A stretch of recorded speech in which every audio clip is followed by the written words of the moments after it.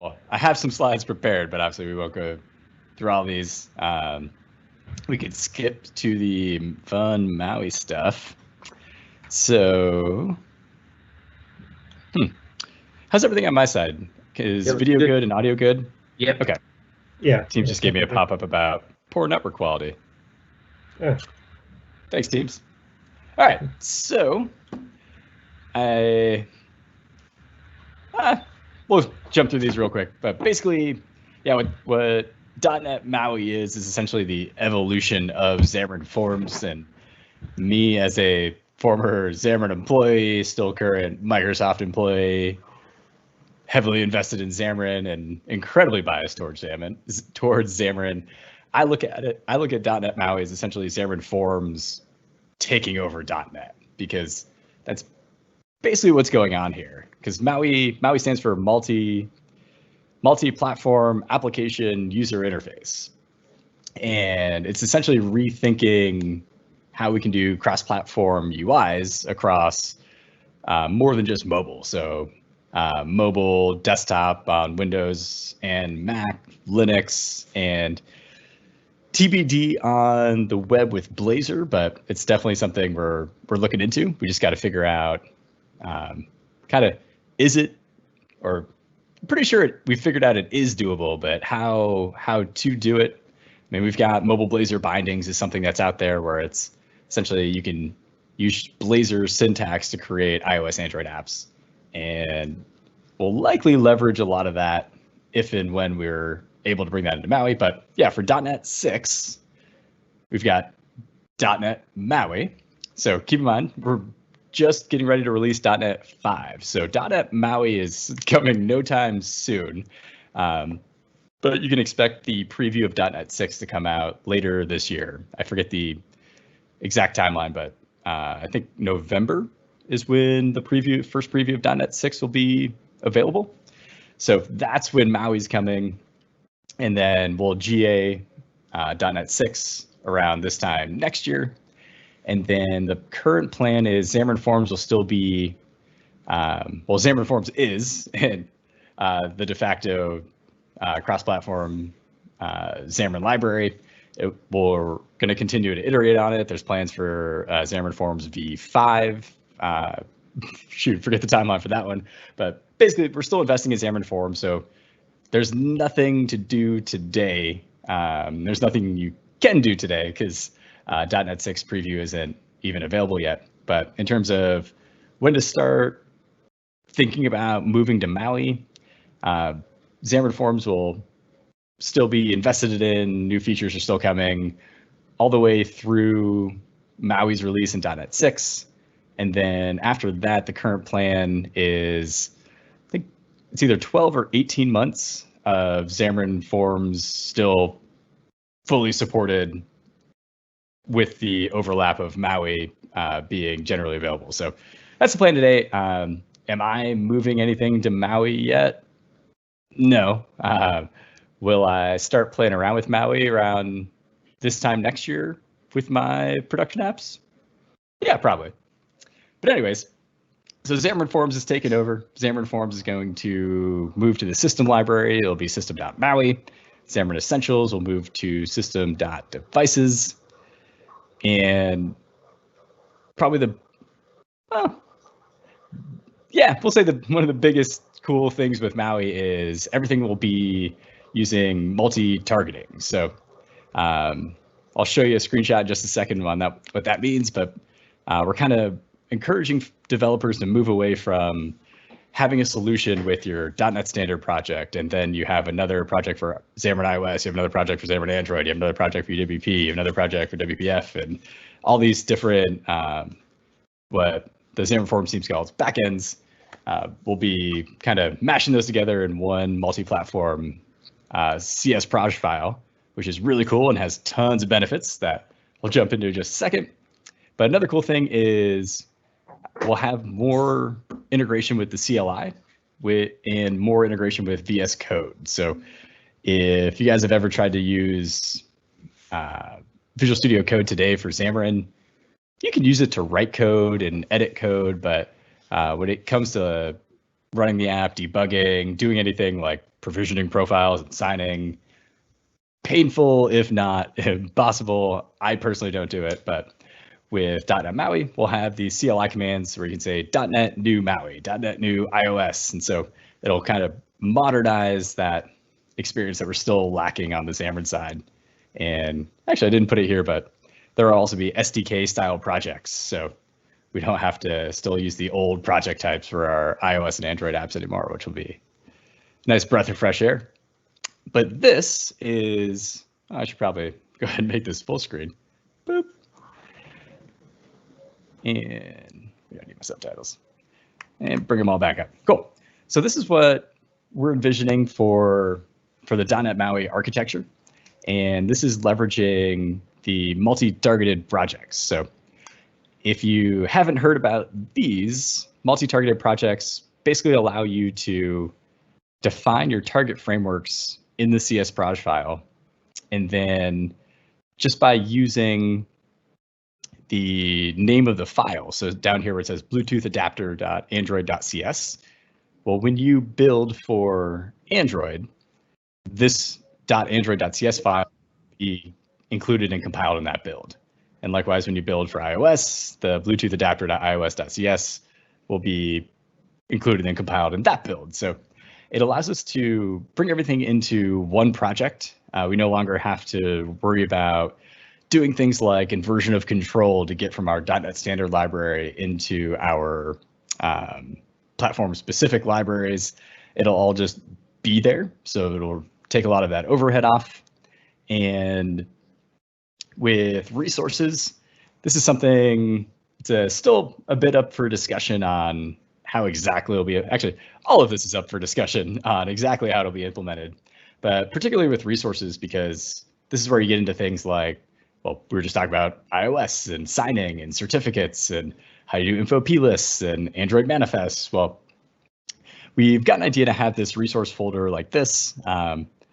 With fonts, we already have something called embedded fonts in Xamarin Forms, which allows you to just add your TTF, your OTF, whatever your font file is, to your .NET Standard project, and then it'll be embedded in your iOS app and Android app, so you don't have to do anything platform specific, which is really nice. But when it comes to images, you know, normally we have to create a 1x, 2x, 3x for iOS. We have to do, what's Android now? DPI, HDPI, XHDPI, XX, XXX, XXX, and it just keeps going. Well, there's a, what's it called? The Resizetizer is a project that recently came out. Which smart engineer did that? Was that John Dick? I think it was John Dick. But basically, our current plan is to leverage what's going on with Resizetizer, where you can put one image in your, well, today the Resizetizer uses the .NET Standard project for .NET Maui. Obviously, it'll use the multi-targeted project, but the idea is you put in the image and then we'll resize it to meet all of those different resolutions to, again, help take away from some of that overhead. Will it be perfect, or will you get pixelated images? Maybe, maybe not. I don't know. I personally would probably lean towards still, I'll probably still create that pixel perfect image for my production apps, but yeah, I could see a world in like sample apps or demos where now you can just have the one image and save a lot of that overhead. So this is kind of what your project of the future will look like with .NET Maui. And this is how we are rethinking renderers. So again, if you want to join the conversation, jump into the .NET Maui GitHub repo and join the chat about slim renderers. But these are really cool because not only, well, I'm not going to promise performance improvements, but we should have, the way this is architected should bring us performance improvements. Obviously, we won't have any official numbers and can't speak to that until we get it fully architected out and get something into preview. But the idea is to create a more of a interface architecture for renderers. And there's a couple ideas here where this came from. One of them being that in Xamarin Forms, there's no consistency from renderer to renderer. So what do I mean by that? Well, if you've ever had to make a custom renderer for, say, a button, you would jump down in your Android or iOS platform-specific project. You would say you would create a class that inherits from, let's say, button renderer, and then you just kind of got to figure it out. So I don't know about everybody else, but the first thing I always type in is override on element changed. And if that works, if there's an on element changed method, then that's where I know I can grab the native control, and I can have access to the Xamarin Forms element, and I can modify them how I want. Most renderers also, or most Xamarin Forms renderers also have on property change you can override. So when certain properties are changed, or when I notify property change is called, to update those, you can again intercept them and modify it how you'd like. But that's kind of just a norm. It was never a rule. And if you do things like jump into a navigation renderer, like if you want to customize the Xamarin Forms navigation page, well, there is no on element change for navigation renderer. And then you're in this different world where you just have to know how say UI view controller works on iOS, and how the navigation works, and how everything's displayed. And what we're thinking with Maui is everything's going to be interface based. So for example, we have Maui.iView, and iButton will inherit from iView. And then anybody that wants to create a custom button, all you have to do is inherit from iButton, and then essentially register it using, well, we'll see this in a minute when I jump into the code, but property mappers. So it gets rid of all that overhead of having to create a custom renderer in a separate project. I've been doing Xamarin Forms for I think 5 years now, and I still haven't memorized the assembly attribute. I have to go find an example and copy paste it, and I'll still mess that up from time to time. So we're getting rid of a lot of that overhead. And the reason I'm, we'll say, optimistic towards performance improvements is one of the, I guess you would call it the slowest performance culprits on Android is those attributes. If we could get rid of those attributes, we could dramatically improve Android startup times, runtimes on Xamarin Forms. But we made the decision a long time ago to go with attributes, and we're kind of stuck with them. So another reason why we're rethinking this with .NET Maui. And we touched on VS Code a little bit, but there's a lot more cool stuff coming with this. So if you're a developer like me who doesn't like using XAML for their Xamarin Forms UIs, I like to do all my UI in C#. Well, C# hot reloads coming down the pike. This one, if you're curious why we've had XAML hot reload for, well over a year now, if not years in preview. It's basically because XAML is runtime compiled. Well, it's runtime interpreted, I guess is a better word. So it was really, well, it wasn't easy, but it was simpler to take something that's interpreted at runtime and then be able to just kind of constantly check the values. And then if a change is noticed during runtime, you can update that. So XAML wasn't too bad, but C# hot reload essentially had the Xamarin team rethink how basically Xamarin apps work from the ground up, because C# is a ahead of time compiled language. And so basically what the team had to do is build a whole mono interpreter. And so when you're using C# hot reload, you are essentially running JITted C# code, or will be when C# hot reload's available. So that's kind of why it took a little longer, and we really couldn't commit to anything until we figured out the first step in the technology, which was to create that interpreter. But I'm excited for that, and also model view update architecture, which, if it's just still a couple of us, we can dive into that if you want to. But I think that's the last. Yeah, that's the last slide. So let's check out. Sorry, we do have a few more people in there, Brandon. Oh, do we have some more folks joining? Yeah, we do. Sorry, go ahead, Michael. I was just going to ask, so in regards to, I mean, I know that Xamarin Forms has always been the strongest on iOS and Android, and the other platforms aren't as supported as much as the iOS and Android, like UWP. What sort of platforms are going to be supported in Maui? Good question. So we've got that on the README, and just want to show it here. So when somebody asks you, you can point them to here as well, and don't have to worry about memorizing any of this. But this is the plan. So yeah, basically with macOS, Linux, WPF, for Xamarin Forms, they were there, but they were always essentially maintained by the community. So if we'll say new versions of Xamarin Forms came out, Microsoft would always have support for iOS and Android. Those are kind of our flagship platforms. And then if the community was willing to open up a pull request, then we could add in that functionality for Linux, macOS, WPF, and Samsung's always been great about adding that in for Tizen. But yeah, going forward with .NET Maui, you can see we've flipped that for Windows and macOS. So those will be, we'll say, owned and maintained by the Microsoft team. So what that means is we're devoting engineering hours to it.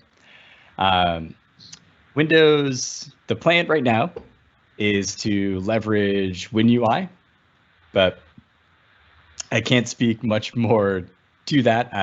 I've never done Windows desktop apps, so I'm not an expert in WinUI, but my understanding is that it's allows you to do. Actually, does anybody know more about WinUI before I put my foot in my mouth? Yeah, I'm not sure about WinUI, but it's so because I hear talk of people wanting to take WinUI cross-platform, which is quite interesting. Yeah, so my understanding of WinUI is it gives you the ability to do WPF and UWP through the one interface. So it's almost like I guess you could call that cross-platform, but more like cross backend. I don't know if there's a word for that, but anyways, yeah, the good news is we're adding, or we're taking on more support, which will be good for the community, because that was always something where you felt like, depending on how it's positioned, the team was talking out of both sides of their mouth, saying like, yeah, Xamarin Forms supports macOS, and then you try to add in a macOS CS Braj to your existing Xamarin Forms app, and just like, it either looks really bad because things are missing, or doesn't work because things are missing. So I'm excited for that. That's something that I wish we had more support for, or more resources devoted to in Xamarin Forms. Good question though. Yeah, and does that mean that there's like there's more like resources being put onto Maui than there was on Xamarin Forms? I don't know the exact numbers. If David Ortnow is here, he could probably tell you. We'll say something I do know right now is one of the reasons this is coming in .NET 6 instead of .NET 5 was because of basic COVID-19 and resource constraints. So we were originally going to push for this in .NET 5, but along with the rest of the world, we got impacted by COVID-19 and didn't want to push out something kind of half-baked, and figured it'd be best to wait till .NET 6. But I mean, with .NET Maui, a lot of the teams or actually have already internally in the org chart moved into the .NET org. So something that's nice about that is there's no longer kind of this separate Xamarin team to the .NET team. And what I'm excited about as a Microsoft employee, and also someone who loves Xamarin and makes Xamarin apps in his spare time, is that this will give us more of a seat at the table with .NET. And what I mean by that is there's a lot of times where Xamarin would have to play catch up. So something I can think of off the top of my head with like when C# 8 came out, well, we had to catch up to first get Mono up to date to support C# 8, and then we could do it in our Xamarin apps. Whereas now with Mono and .NET Core coming together in the BCL and .NET 5, and then the Xamarin team coming into the .NET team with .NET Maui, I'm really looking forward to that. So hopefully we'll have more feature parity, like more same day abilities as our, just say, if we were .NET Core, just .NET Core developers, which would be nice. Yeah. And on so iOS and Android, are they still going to use like Mono in Maui?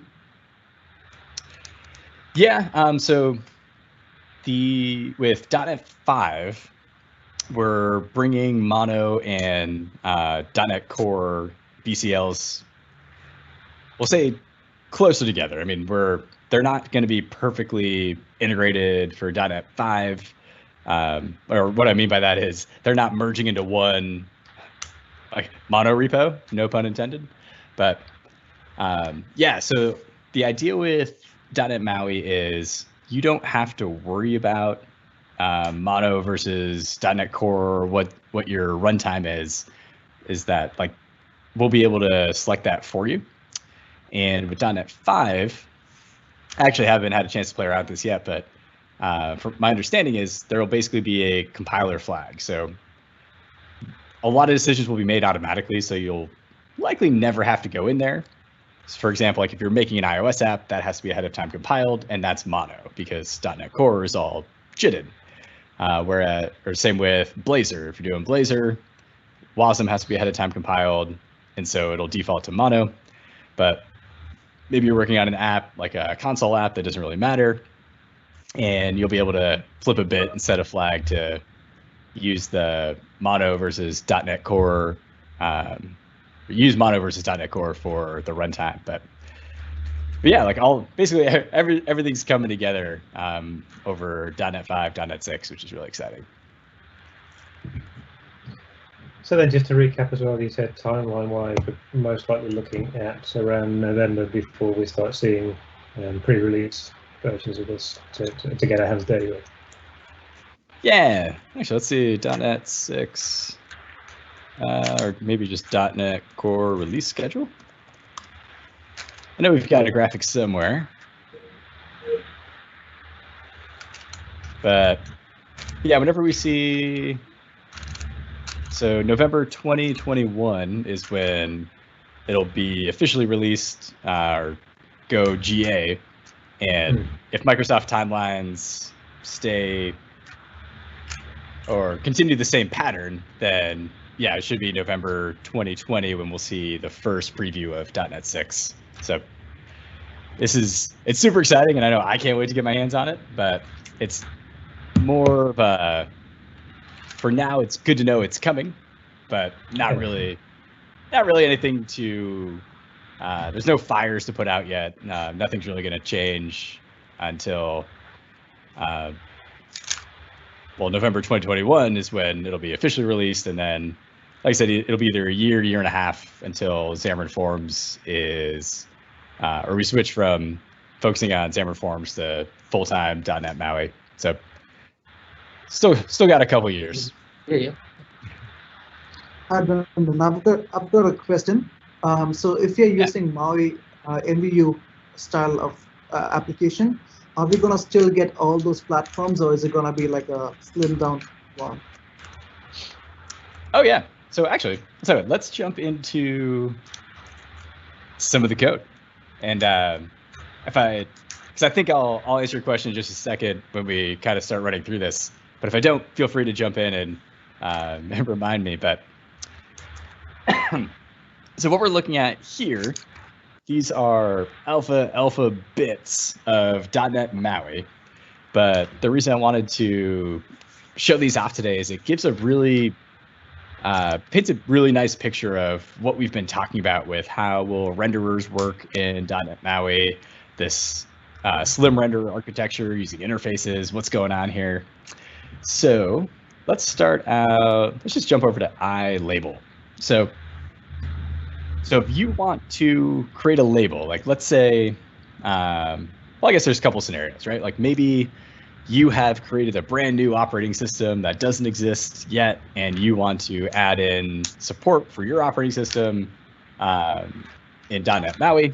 Well, the way you would do that is essentially, instead of creating renderers, I mean, I guess they'll still be called renderers, but all you have to do is inherit from these interfaces and then essentially just tell .NET Maui what to do.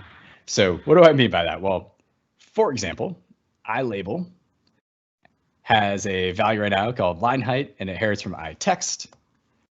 iText has a couple more values like text type, and color.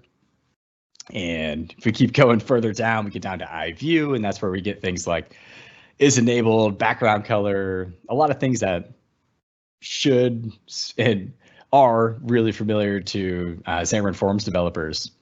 And so when you create your label renderer, so if we jump over here to the actual label renderer, what we're doing here is creating what's now called a property mapper. So this looks a little weird at first, but bear with me because it actually makes a lot of sense. So if you think about how Xamarin Forms works, and you picture the Xamarin Forms renderers, particularly in on element property changed, it's just a huge list of if statements or if else statements saying, if property name is background color, do this. If property name is text, do this. And you just have this huge chain of if else, if else, if else. And what we found out is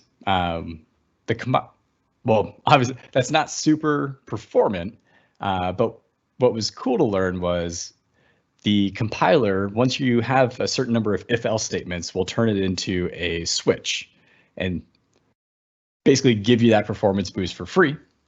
And then if your switch gets big enough, and I forget how many cases you have to have in your switch, but the compiler will eventually turn it into a dictionary. So what we're going forward with in .NET Maui is jumping straight to the dictionary. And what's nice about that is it allows this a lot cleaner way of defining how everything should work for your, in this case, your iText or your iLabel. And so let's see. Okay. So keep in mind, this is a multi-targeted or multi-platform library. So if I look at the CS_proj file, give it a second for the beach ball to go away. Hopefully. There we go. So in this one project, we have all these different, I guess, well, this calls them item groups. I don't know if you'd call them compiler directors or backends, but basically we're building for iOS, we're building for Mac, we're building for Android, .NET Standard. That's all in this one project. And the way this works is we have our property mapper, which is basically just a dictionary. And this is where we'll define everything on the interface. So if we want to tell .NET Maui how to handle text, there's a method called map property text. And if I jump over to, there we go. So if I jump over, and actually, let's do these side by side. This will be a little cleaner. Beautiful. So, right, when I compile this for iOS, it's the label renderer.cs and the label renderer.macios.cs files that are compiled. And the .android is totally ignored. The .win32 is totally ignored. And so what we get here is we can tell .NET Maui how to handle that text by just passing in this method to our property mapper. that method appears in the platform-specific code, and now we have the ability to work with the native APIs. Not sure if you can see me zoom in, but it's a UI kit UI label, just like we would expect on iOS. And that's where we can use all of the platform-specific commands to do what we need to do to apply the text, and likewise with color and property line height. So this is all happening using property mappers, which are essentially just a dictionary that defines how each part of the interface should behave. So let me pause. Yeah, go ahead. So why is it called native label? What is that? Just a good question. That's just at the top. They used okay. created their own little using statement here, and I mean, here it makes sense because we can see this is meant for macOS and iOS. Since they have a lot of overlap, it kind of made sense to put them in the same file. And on as another example, oh, they don't do it here. I thought I saw one with a native label for Android that, like I said, these are still hot bits. These are still dead bits. That's to do Sorry, go ahead. with Mac, iOS. Say that one more time. The audio is breaking up. I'm saying they must have to do it because it's Mac and iOS. Yeah. I was just saying a minute ago, I thought that I saw it in the Android projects too, just for consistency. But yeah, in this case, the native label is just the UI label. So, yeah, no, good question. What other questions do you have so far? Because these are the guts of .NET Maui and how we're envisioning, like I said, kind of essentially inverting renderers and giving the control of the renderer back to the cross-platform project, where you just have these methods and property mappers that point to the platform-specific libraries. It's quite a nice segue into. I've got a couple of questions come through. First one from Alex. Is there a rough estimate of how much of the existing Xamarin Forms code base is being reused in Maui? Oh yeah, actually all of it's in there. So this is something that's kind of cool with Maui. We've brought in all of Xamarin Forms, and at least as of today, the only thing we've done is rename the namespaces from Xamarin.forms.view to system.maui.view. And so there is still the ability to do everything how you know and love today in Xamarin Forms with XAML, with MVVM. What we're doing is also switching up how we're doing the renderers here, and then adding also the ability for, well, not even just the ability, but what's the word I'm looking for? For MVU, it will become a,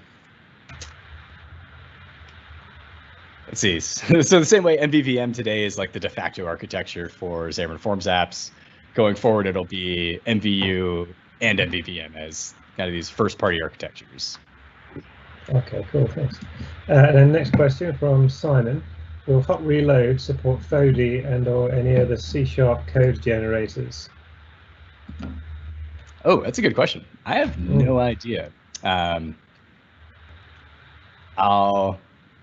We'll speak out loud, but don't hold me to anything.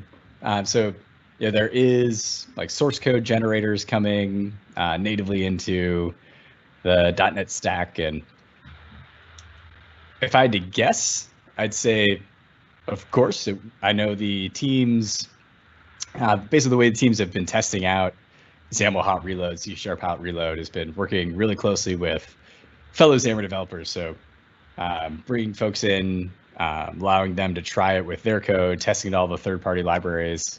And I can't give you a definitive yes or no, but I'll say I would be surprised if it did not support it. Hopefully that wasn't too many double negatives. Okay, I think that's it for the questions come in. Have you guys got any more, Michael or Olivia? Yeah, that's all the questions for now. All right. Yeah. But we know how to find you, Brandon. No worries. So let's check out, let's see, there is a sample in here.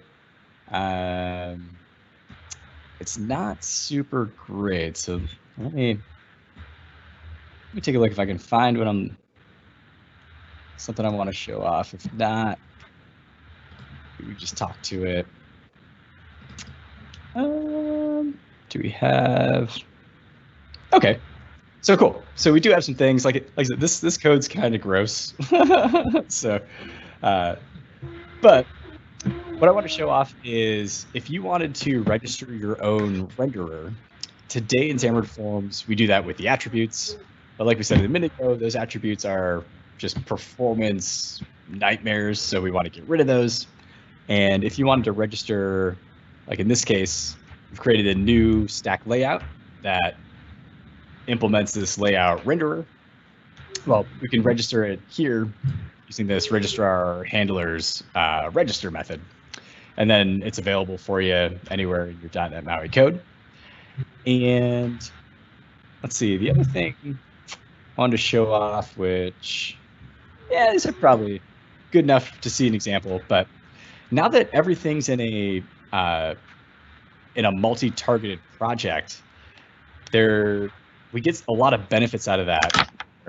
We don't have to worry about creating an interface for inversion of control that will allow us to jump back into the platform-specific library.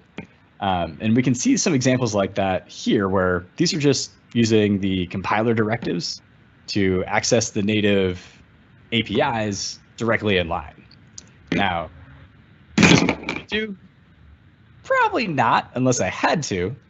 But you can think of this, or a way of doing it is the same way we looked at with the label renderers, where'd my label go?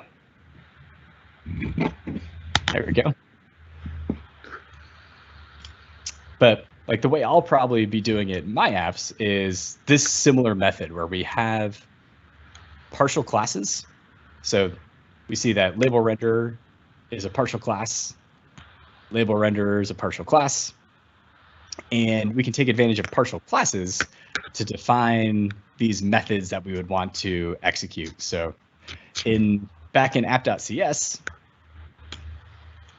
I probably wouldn't use a compiler directive here. I would say I would use the partial class method like we were using at the renderers to have a method that's called here to say show alert, and then define that method in the platform specific partial class. So I think in that sense, there will be a bit of almost a rethinking of how to do an access platform specific code now that we have this multi-targeted project.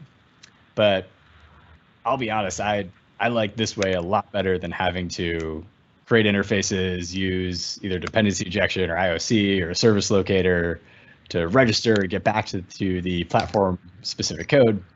And to be frank, I'm used to it now. I've been doing it for 5-6 years as a Xamarin Forms developer, but that's always been one of the biggest complaints when folks were learning Xamarin Forms is, okay, well, this is great, but I want to add something that doesn't exist in Xamarin Forms. How do I do that? And then they're immediately thrown into this world of creating, doing either renderers or inversion of control. And if you're a new developer, that's a lot to learn and a lot to ingest. This way, we can just call a method here and create a partial class for, say, our iOS specific solution, and then it works. So it should help new developers to .NET Maui pick it up a lot more quickly too. Cool, thanks, Brandon. So one last question just to finish off. You've touched on multi-targeting and MVU. I'm wondering what, if any, practical advice you'd give to Xamarin Forms devs now to do as much as they can to prepare for this, so appreciating that we're a fair way ahead of the curve at this point. Beautiful segue, because I would say I haven't touched too much on MVU, and that's kind of on purpose because I've got another app queued up. So segue into this sample app. So what I recommend and what I personally have been doing is playing around with Comet. Actually, no, let me undo that segue for just a second because there's one more thing I want to show you, and then we'll dive into MVU. I just wanted to show you in this sample. So how do you initialize a .NET Maui page? Well, actually, let me show you.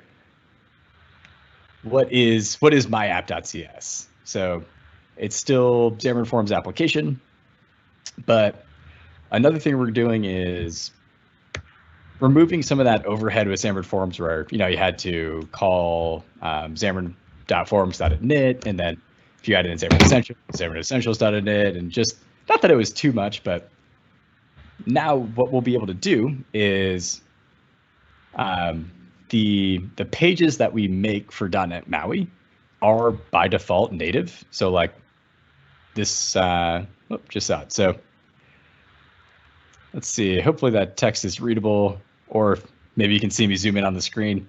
But if not, it says this toNative method returns a UI view, but it's a method on the interface iView. And that's a lot of words to say that everything's inherently native. And so when we new up our app, we can new it up as a UI view controller and just say toNative. And while this, like, okay, great, like that doesn't really save me any time. I don't know, what's the benefit? Well, the biggest benefit here is when if you are mixing the traditional Xamarin iOS, traditional Xamarin Android approach with something like Forms, we have that today where you can do what's it called? Native Forms embedding, I think is the term we came to. But basically, if you have an app that you still want to use storyboards, you still want to use the Android designer or Android XML, well, if you have one page you want to build in Xamarin Forms, it's doable today, but it's not super obvious, super intuitive on how to do it. Here, it's very obvious. So just want to show that to you before jumping to MVU. But now let's jump over. So back to Alex's question, what can we do today to start preparing? Well, Comet exists, and actually I should have shared this. Let me do this, because I put together some resources for us today and never gave you the link. So let's throw this in a sticky note, and I want to make this a little bit bigger.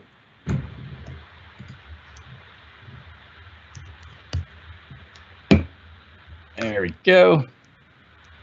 And I should be able to say stay on top. Load on top. Beautiful. All right. So here's some of the resources I put together. So you didn't have to worry about memorizing anything, and I'll make sure to link the slides and recording, and we'll probably reuse a lot of these if we do end up rescheduling to get a slightly bigger audience out, but we'll keep everybody posted. So in these resources, I've got Comet down here under additional learning. So what is Comet? Well, Comet was basically the experimental library, experimental framework, toolkit, whatever you want to call it, that inspired Maui. It was created by one of our Xamarin engineers, James Clancy. And this is, well, let's see if I can play this video. And there we go, make it a little bigger. So Comet was the first thing to come around to say, what if we built our UIs in C#? And what if that had C# hot reload? So you can see as Clancy's typing here that the UI is updating in real time. And it follows this pattern of having a more of a fluent UI design. The original inspiration behind this was Swift UI. If you remember, Apple announced Swift UI, I think it was WWDC last year. And so James Clancy started playing around with it and seeing like, could we do something like that in C#? And then that has kind of become the birth of what we now call today .NET Maui. So this was always an experimental technology. I do not recommend publishing any apps to the App Store built in Comet, but it is a way to start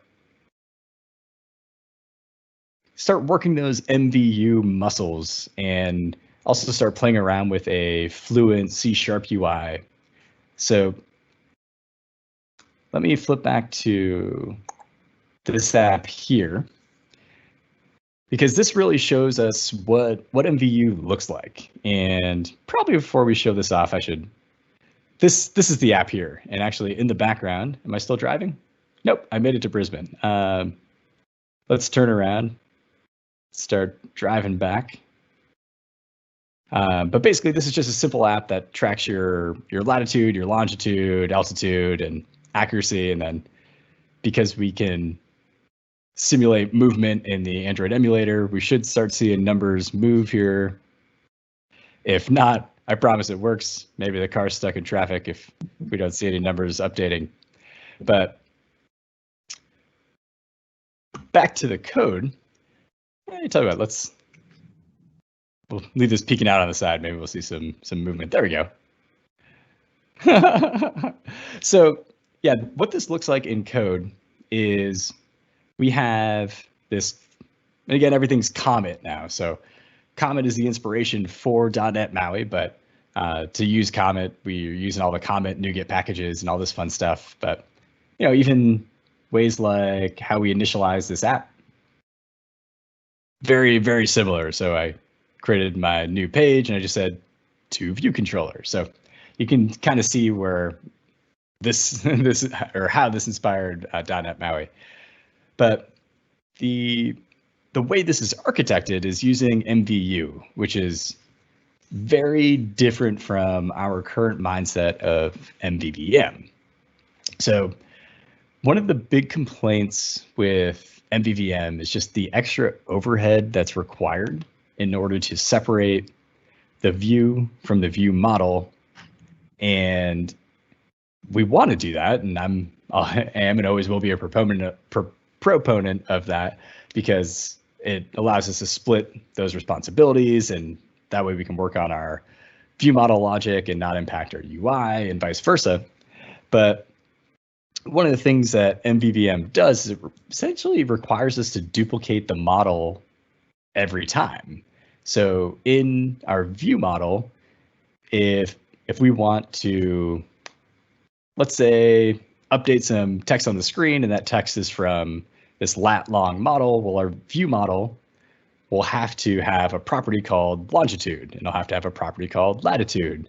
And even though that already exists in this, well, in this specific example, there's a location object, we had to duplicate that again in our view model. And so it adds a lot of extra overhead. And the idea behind MVU, which stands for Model View Update, is why not just redraw the entire UI anytime something changes? So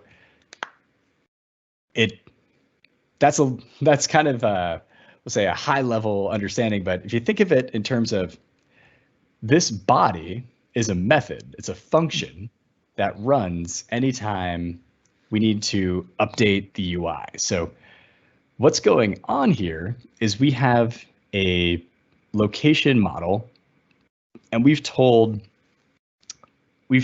our Comet view that this is what controls the state.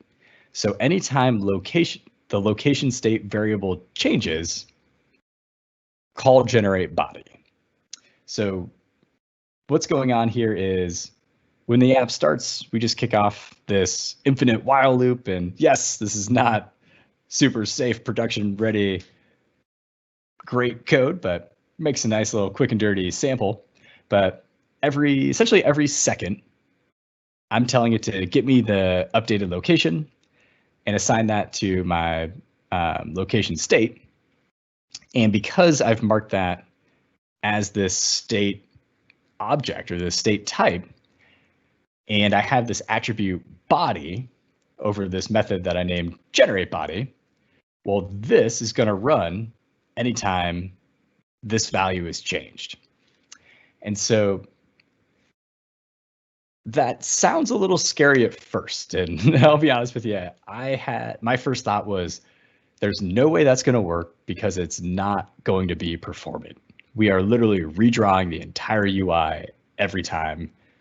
Not for me. I want to update one label. I want to update button is enabled. I want to have to redraw the entire UI every time one little property changes. Well, turns out we can do it. And Flutter has kind of become the shining example for having what you would call an immutable UI. So UI that's redrawn every time. So anytime you change something in a Flutter app, the UI is totally redrawn. And that kind of broke the mold because before then, me and I assume the rest of us all had this assumption of, we need to be very surgical about what's redrawn. Now, that being said, we're going to improve on that. So with .NET Maui, what we're looking into now is being able to do diffs. So like the same way when you check code into Git and Git says, well, only this one line changed, so I'm just going to record that and let, when I commit this code to GitHub, I'm going to tell GitHub that only that one line changed. I don't publish or republish all the code back to GitHub. We're using diffs. So what we're working on now is having that available for performance. So actually, perfect example. So my altitude and accuracy aren't changing because I'm on the simulator, and I could tell the simulator to change those values manually. But the way it's working right now, I'm just in a car and I'm driving from Brisbane back down to Sydney. So only my latitude and longitude are changing. And in .NET Maui, only those will be redrawn or updated on the screen. So yes, MVU, the idea is you have a immutable UI that is updated and, well, that the whole thing is updated every time the state changes. We will still have performance improvements in .NET Maui, so it's just the diffs. That being said, stay tuned for those videos, those performance tips, because talking with James Clancy, he's already pointed out that .NET Maui can only be so smart, and there's certain things that developers can do, albeit it's not the intuitive way to do it, but there are ways that you could write this code where .NET Maui would have no idea to be able to figure out what changed. And so I can't give you all those examples yet, but when we do start publishing .NET Maui, we'll have those tips and tricks available. So keep an eye out for it. But let's see. So what else is going on here? If I was debugging and running this, Comet also has hot reload. So we could update things like background color in real time, but I'm not, so we won't see any changes right now, but I'm writing this out because we can also see that this is a fluent syntax. So when we call generate body, we don't have to new up objects somewhere else and pass them in, although it is still just C#. You're welcome to write the code like that if you want. But if you're like me and you like using C# markup extensions, which are available in Xamarin Forms today, I love them. And this kind of gives us the ability to do this as well. So I guess another tip along with playing around with Maui will help you learn and get familiar with this MVU architecture. And then if you're wanting to move away from XAML and into C# based UIs, the Xamarin Forms markup extensions are available now, and you can do things like this in Xamarin Forms, which is pretty cool. But I'll show you this. What I did just to make the code a little prettier was I created these title text, label text classes. But I didn't have to do this. Like title text, I could have had it all here, like with fill horizontal, with font weight, and put in weight.bold. And we could have done that all here. But the reason I included this nested class is, well, I have 3 titles, so it kind of didn't make sense to do these all individually, although that is an option and will kind of become the norm for our C# MVU UI code. Whew. Yeah, let's pause here. This is probably all new stuff if nobody's worked with MVU before. What questions do you have so far with MVU?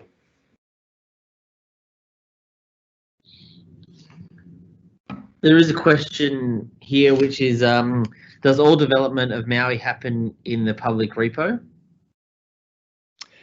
Yep, that's the plan. So right now, we are still in the process of moving things in, but more importantly, we're still in the process of figuring out what .NET Maui is going to be. So like all the things we've covered today are what we came up with. Well, I shouldn't even say we, because people smarter than me at Microsoft came up with internally, and we've pitched it all as proposals. And so just to show, 105 issues now. So all of these are proposals, feature requests, enhancements. And so if you've got an awesome idea and you want to jump in, please do. But what we've got right here, the .NET Maui code that I was showing is, that was the original vision, but it's not necessarily crowned as king yet. So we don't want to do that until we've had these discussions. And so I know it looks weird that I showed you code for .NET Maui, but it's not in the open source repo. But it's literally just because we haven't decided and landed on the architectures yet, and because those bits are not even alpha yet. They're still just the paint's still drying on them. They're so fresh. We don't want to bring anything in here to make it look like we've made this decision going forward. But depending on how the conversations go, we will be able to leverage a lot of this code and be able to more quickly bring it in. Oh, thanks, Brandon. So that kind of rounds it off nicely, and we're coming up to the hour now, so it's probably a good point to bring it to a close. So thanks ever so much for all the info, Brandon. Thanks, Michael, for helping host, and Michael and Libby for questions, and everyone else that asked questions.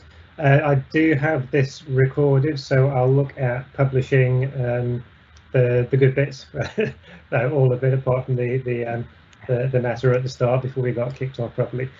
So yeah, I'll update the meetup with that and send out some tweets. But other than that, thank you very much, everybody. Yeah, thanks for joining. Thanks for having me, Alec. Cheers. Chat soon. Bye. Thank you.